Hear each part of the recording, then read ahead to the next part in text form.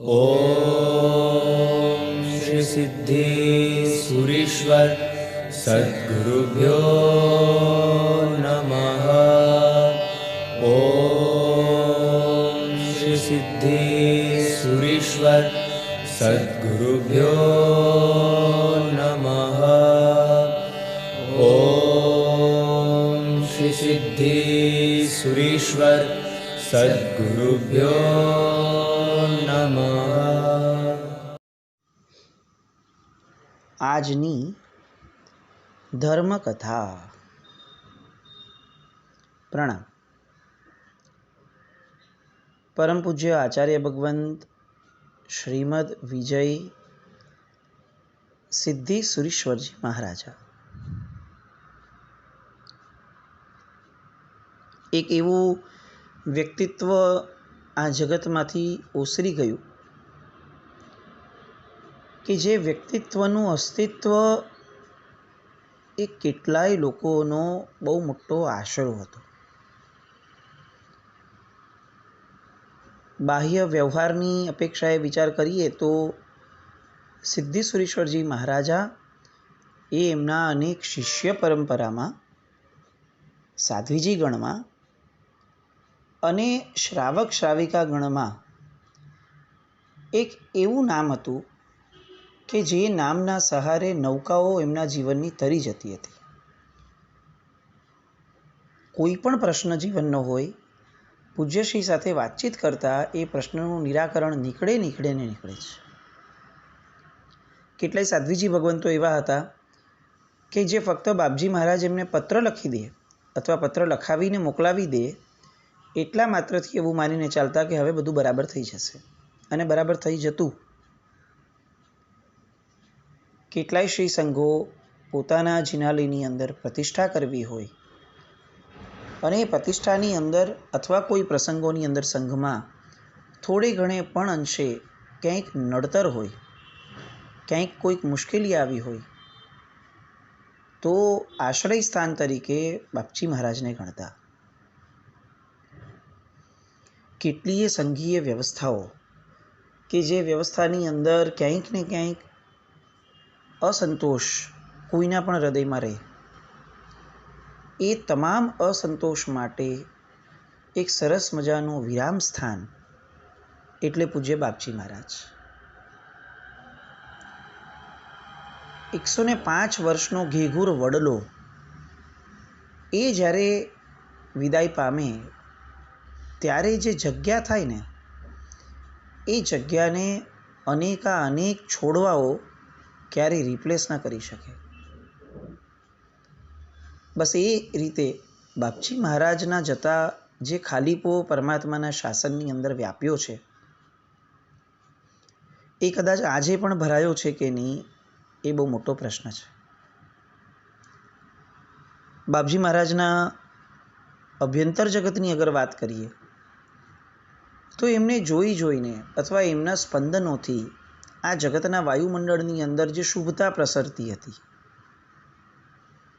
એ શુભતા વૃદ્ધિ પામવાનું બંધ થઈ, જેનું નુકસાન આજે સમગ્ર વિશ્વ અનુભવી રહ્યું છે કે આજે શુભ વિચારો મેળવવા પણ મુશ્કેલ છે. કારણ કે આવા સંત પુરુષો કે જે ફક્ત પોતાના અસ્તિત્વ માત્રથી પોતાના સ્પંદનો દ્વારા આ જગતનું કલ્યાણ કરતા હતા, એમાં વૃદ્ધિ થતી બંધ થઈ. આ જગત ખરેખર બચે છે તો બાહ્ય પુરુષાર્થથી કેટલું બચે છે સ્થૂળની શક્તિથી, એ બહુ મોટો પ્રશ્ન છે. કારણ કે સૂક્ષ્મની શક્તિ ઉપર આખા જગતને નિર્ભર ગણ્યું છે. એ આંદોલનો, એ સ્પંદનો, એ વાઇબ્રેશન્સ, એ શુભતા, એ ઓરા, આ બધી જ વસ્તુઓ ભેગી થઈ અને આ જગતના લોકોને શુભનો માર્ગ આપે છે. અને એમાંનું એક બહુ મોટું પાવર હાઉસ એટલે બાપજી મહારાજ. પંડિત મૃત્યુને પામ્યા. એમના મુખ ઉપરનું તેજ એમના કાળગર્ભ પછી પણ વધતું ગયું. કોઈ વિકાર ન જણાય, કોઈ અવયવ બગડ્યો, જાડો થયો, લાંબો ટૂંકો થયો, આવું કંઈ જ નહીં. ન ડચકા આવ્યા, ન આંખ ખેંચાઈ, ન શ્વાસ વધ્યો, ન ગભરામણ થઈ, ન મૂંઝવણ થઈ. કોઈ પણ આત્માને દેહમાંથી શરીર છોડવા માટે જે પણ કંઈ કરવું પડે, એમાંની એક પણ વસ્તુ એમના દેહની અંદર એમના મૃત્યુ સમયે ન થઈ. આ જગત આખું જોતું રહી ગયું અને પૂજ્યશ્રીના આત્માએ સહજતાથી પોતાનો દેહ છોડી દીધો. પૂજ્ય મનોહર સૂરી મહારાજ સાહેબ એ એમના કાળધર્મ અંગેની જાહેરાત જેવી એમણે કરી, બહુ જ ગંભીર અને કરુણતા સાથે, એવું તરત જ શ્રી સંઘે કારમો આઘાત અનુભવ્યો.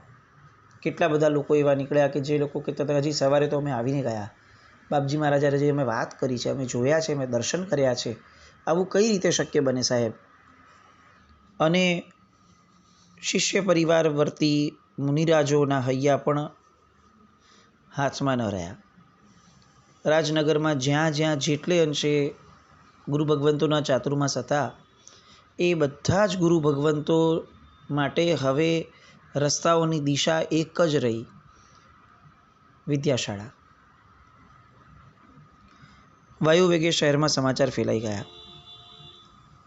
જેમણે સાંભળ્યું એ એક સેકન્ડ માટે તો જાણે શ્વાસ લેવાનું ભૂલી ગયા હોય એવી પરિસ્થિતિ નિર્માણ થઈ. કંઈ જ હતું નહીં અને એકદમથી આવું થઈ ગયું. એટલે કંઈક તો અંશે મહાત્માઓને પણ ખ્યાલ આવે ને કે હવે આ કાળધર્મની દિશામાં સાહેબ જઈ રહ્યા છે અથવા બીમારી તરફ જઈ રહ્યા છે. કંઈ જ નહીં, સાવ એકાએક. આમ સમગ્ર જૈન સંઘની અંદર સોપો પડી ગયો. એક લોકલાડીલા લોકોના આધાર અને સંઘના આધાર એવા સૂરી ભગવંતનો દેહ ત્યાગ એ અનેકો માટે નોધારા બની ગયાની લાગણી જન્માવી ગયો. સંઘનું શિરછત્ર ઝૂંટવાઈ ગયું.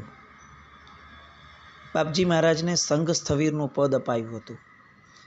એ સંઘ સ્થવિરનું પદ જે છે એ ખાલી થઈ ગયું. અનેક લોકોના મોક્ષ માર્ગના વહાણના સુકાની એવા ગુરુ ભગવંત વિદાય પામ્યા.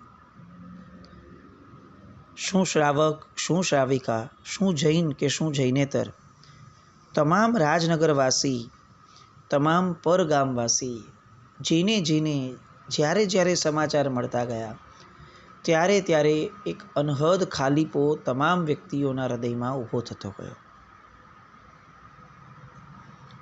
ઠેર ઠેર એવા ઉદ્ગારો નીકળવા લાગ્યા, અમારું સર્વસ્વ લૂંટાઈ ગયું, અમે તો નોધારા બની ગયા. આપણે ત્યાં એવા અનેક રાજાઓના જીવનની ચરિત્રની વાતો આવે છે કે જે રાજાની પાછળ એમના મૃત્યુના સમાચાર પછીથી આઘાત પામી અને લોકો એમની ચિતામાં બળી ગયા હોય, અથવા એ આઘાતમાં ને આઘાતમાં એ લોકોને હાર્ટ એટેકથી મૃત્યુ થયા હોય. બહુ જ નજીકના ભૂતકાળમાં જઈએ તો સાઉથમાં, દક્ષિણના રાજ્યોમાં આ ઘટનાઓ બહુ સહજ હતી. કેટલાય નેતાઓના મૃત્યુ પછીથી લોકોએ આત્મહત્યા કરી હોય, લોકોના હાર્ટ એટેક થયા હોય, અથવા એ કારમાં આઘાતને ઝીલી ન શક્યા હોય એવા કિસ્સાઓ ઢગલા બંધ બનતા. પૂજ્યશ્રી માટે પણ આ આપણા જૈન જગતની અંદર આ સમાચાર લોકો માટે બહુ ડિફિકલ્ટ ડાયજેસ્ટ કરવા માટેના બન્યા.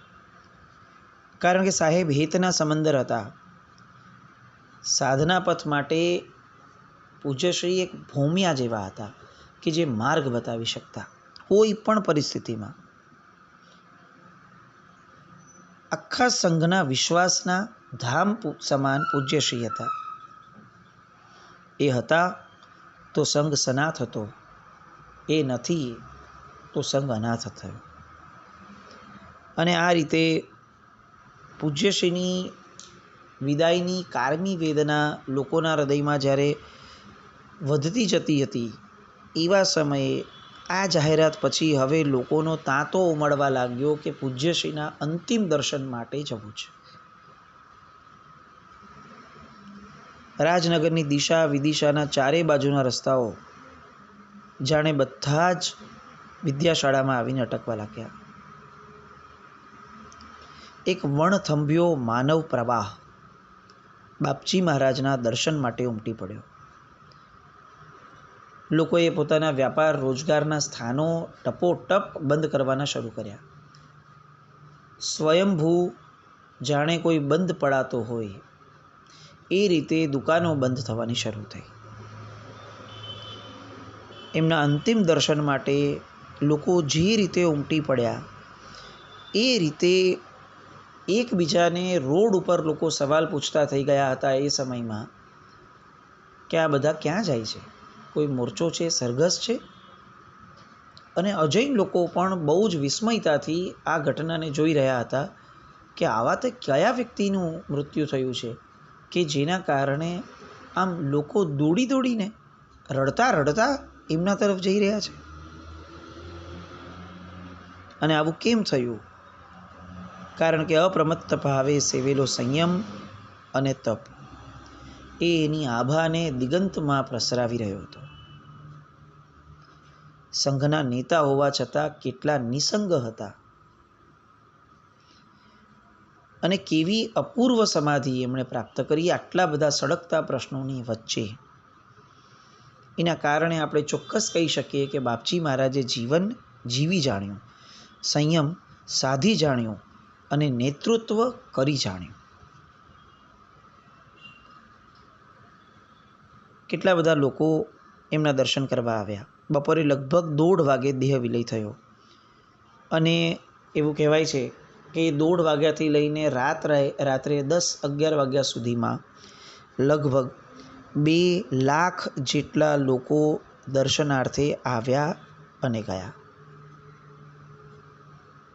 બપોરે 1:30 વાગ્યાથી રાત્રે 9-10 વાગ્યા સુધીમાં 2 લાખ લોકો દર્શન કરવા આવ્યા.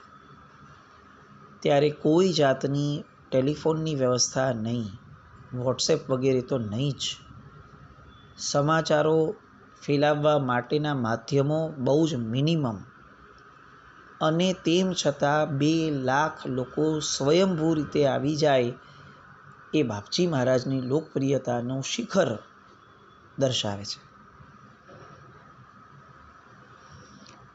એ સમયના અનેક લોકો જે આ અંતિમ દર્શન આદિ ક્રિયાઓમાં જોડાયા હતા એમાંના એક ભાઈ શ્રી રતિલાલ દીપચંદભાઈ દેસાઈ, એમણે પોતે પોતાના અંગતમાં લખ્યું છે કે દર્શનાર્થે ઉમટેલા માનવગણને પોળમાં પેસવું અને નીકળવું મુશ્કેલ થઈ ગયું હતું. કાર્યકર્તાઓએ તાબડતોબ એવી વ્યવસ્થા ઊભી કરી દીધી કે લોકો લાઈન બંધ ઊભા રહી અને સહેલાઈથી દર્શન અને વાસક્ષેપ પૂજન કરી શકે. પરંતુ લાઈન એટલી બધી મોટી રહી કે 4 સેકન્ડથી વધારે, 5 સેકન્ડથી વધારે તો કોઈને ઊભા રાખવું શક્ય જ નહોતું બનતું.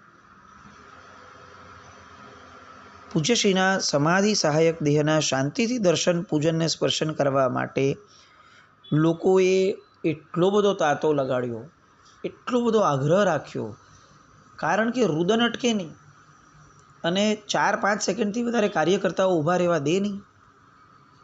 ગજબ પરિસ્થિતિ નિર્માણ થઈ અને આખો દિવસ આ રીતે વીત્યો. બીજે દિવસના તમામ સમાચાર પત્રો એમણે બાપજી મહારાજના જીવનની નોંધ લીધી અને એમની તમામ આવૃત્તિમાં કાળધર્મના સમાચાર સાથેનો પાલખીનો સમય વગેરેનો રૂટ વગેરેની આખી વાતોને એમણે મૂકી. ભાદરવા વદ અમાસ. હવે તો પરિસ્થિતિ વધી એ દિશામાં, કારણ કે રાત વીતી એમ સમય મળ્યો અને લોકોનો તાંતો ઓર વધવા લાગ્યો. સવારે 9:30 વાગે સ્મશાન યાત્રા કાઢવાનું નક્કી થયું હતું. તૈયારી શરૂ થઈ, પણ માનવ મહેરામણ અટકવાનું નામ જ નથી લેતું. રાત આખી જાણે આ સમુદ્ર માનવોનો ઘટવાનો જ નથી એ રીતે અખંડપણે લોકોનો અવરોજ સતતપણે રહ્યા કર્યો. પૂજ્યશ્રીના આજ્ઞાવર્તી સમુદાયવર્તી સાધુ સાધ્વીજી ભગવંતો એમને પણ યોગ્ય સ્થાને પહોંચાડવા માટે, રખાવવા માટે સખત મહેનત પહોંચી. કારણ કે એ રીતે માર્ગ થવા માટેનો પણ રસ્તો શક્ય ન હતો. એ સમયે શ્રી આણંદજી કલ્યાણજી પેઢીના સ્થાનિક પ્રતિનિધિઓએ એમણે ખાસ વિશેષપણે આ બધી જ સગવડોની અંદર જાતે ઊભા રહી અને જરૂરિયાતની તમામ સુવિધાઓ ઊભી કરાવવા માટે બહુ મોટો સહાયક ભાવ ઊભો કર્યો. જૈનમ જયતી શાસનમ ના નારાઓ એ ગગનને ગુંજાવી રહ્યા હતા. જબ તક સૂરજ ચાંદ રહેગા સિદ્ધિ સુરી કા નામ રહેગા. આ ઘોષ, આ પ્રતિઘોષ એ જાણે કલાકોના કલાકો પડઘાતા રહ્યા. જબ તક સૂરજ ચાંદ રહેગા સિદ્ધિ સુરી કા નામ રહેગા. અને આ વાતો ખરેખર આમ આજે પણ એટલી જ લાઈવ આપણને લાગે કે કેવા કમાલના હૃદયના સિંહાસન ઉપર સાહેબના બેસણા થયા હશે લોકોના, કે એ પ્રસંગ, એ ઘટના લોકો હલવા તૈયાર નહીં. કેટલી હદ સુધી થયું આ બધું કે પૂજ્યશ્રીના દેહને જરિયન પાલખીમાં પધરાવવામાં આવ્યો. ચંદન આદિથી વિલેપન વગેરે થયું. ચડાવવા લેનાર વગેરેના ચડાવાઓ અપાઈ ગયા, ખભો આપનાર વગેરે. પણ પાલખી ઉચકનારને જો ચડાવો જે આપવામાં આવ્યો હતો, એ ચડાવવામાં પાલખી ઉચકીને આગળ વધે એવી શક્યતાઓ 0. વિદ્યાશાળાનો વિશાળ હોલ, દાદર, પગથિયા, નીચેનો વરંડો, રોડ પરના પગથિયા એ બધું જ માણસોથી ભરાયેલું. નજરે જોનારા લોકો એમ કહેતા હતા કે ફક્ત દોશીવાડાની પોળમાં, ફક્ત એ વિદ્યાશાળાનો જે રસ્તો હતો એ પોળના મકાન અને રસ્તાઓ મળી અને 50,000ની મેદની ત્યાં હતી. જે પોળના રસ્તાઓમાં આજ સુધી આટલી સંખ્યામાં ક્યારેય આના કરતાં અડધીમાં પણ માણસો નહીં આવ્યા હોય, અડધી સંખ્યામાં, એ પોળ હવે કીડિયારાની માફક ઉભરાવા લાગી. પોળના રસ્તાઓ, પોળના મકાનો, ઓસરી, ગેલેરી, અગાસી, બધે જ માણસ ને માણસ. દોશીવાડાની પોળથી લઈને રિલીફ રોડના હાઈવે સુધી એટલી ગજબની માનવ મેદની હતી કે પાલખી રિલીફ રોડ સુધી પહોંચી ત્યાં સુધી પાલખીનો ચડાવો લેનાર વ્યક્તિ એ પાલખીને પહેલી વાર જે હાથ લગાડ્યો એ પછી હાથ પણ લગાડી ન શક્યા. એટલે એવું કહી શકાય કે બાપજીની પાલખી જે છે ને એ સમુદ્રમાં જેમ નાવ તરે ને એ રીતે રસ્તાઓ પરથી તરી રહી હતી. એક વ્યક્તિ આગળ ન વધી શકી કારણ કે આગળ વધવાનો સ્કોપ જ ન હતો, છેક રિલીફ રોડ સુધી.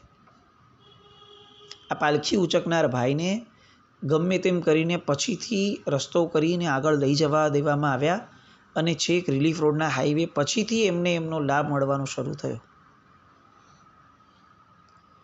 દરેક જ્યાં છે ત્યાં સ્થિર ઊભા રહે અને પાલખીને આગળ વધારે. આ કોઈ પણ જાહેરાત વગર આવી ઘટનાઓ થવા લાગી. લાખો સ્ત્રી પુરુષોએ આખે રસ્તે, મેડી, માળે, ઝાડીએ, અટારીએ ચડી પૂજ્યશ્રીના દર્શન કર્યા અને કૃતાર્થ થયા. આ દ્રશ્ય જેણે જોયું છે ને એ જ આ દ્રશ્યને સમજી શકશે. આપણે તો અત્યારે ખાલી કલ્પના કરીએ છીએ કે કેવું લોકોનું પૂર, ઘોડાપૂર આવ્યું હશે રાજનગરના રાજમાર્ગો ઉપર, પરંતુ એ જેણે જોયું હશે એ કદાચ સમજી શક્યા હશે કે આ લોકોનું પૂર નથી, આ બાપજી મહારાજ માટેની લાગણીઓનું પૂર છે. કોણ જૈન, કોણ અજૈન, બધા જ જાણે રસ્તો બની ગયા હતા બાપજી મહારાજને આગળ વધવા માટે. બધા જ વાહન વ્યવહારો સરકારે પોતે આવી અને બંધ કરાવડાવ્યા. પોલીસ ખાતું છેક સુધી વ્યવસ્થા માટે હાજર રહ્યું. પોલીસ લોકોએ પણ, ઇન્સ્પેક્ટરોએ પણ ગર્દી કરી પડાપડી કરીને પોતે જાતે બાપજી મહારાજની પાલખી ઉચકવાનો આગ્રહ રાખ્યો. રાજકીય અગ્રણીઓ આવી ગયા, અહોભાવ વ્યક્ત કરે છે. જય જય નંદા, જય જય ભદ્દા, આ નારાઓ સમગ્ર વાતાવરણમાં ગુંજવા લાગ્યા. હજારો કિલો ગુલાલ રાજમાર્ગના માર્ગ ઉપર એ દિવસે ઉડ્યો હશે. વર્ષીદાન રૂપે પરચુરણ અને અન્ય ચીજોનો ઢગલો છેક બીજા દિવસની સવાર સુધી રહે એ હદ સુધીનું થયું.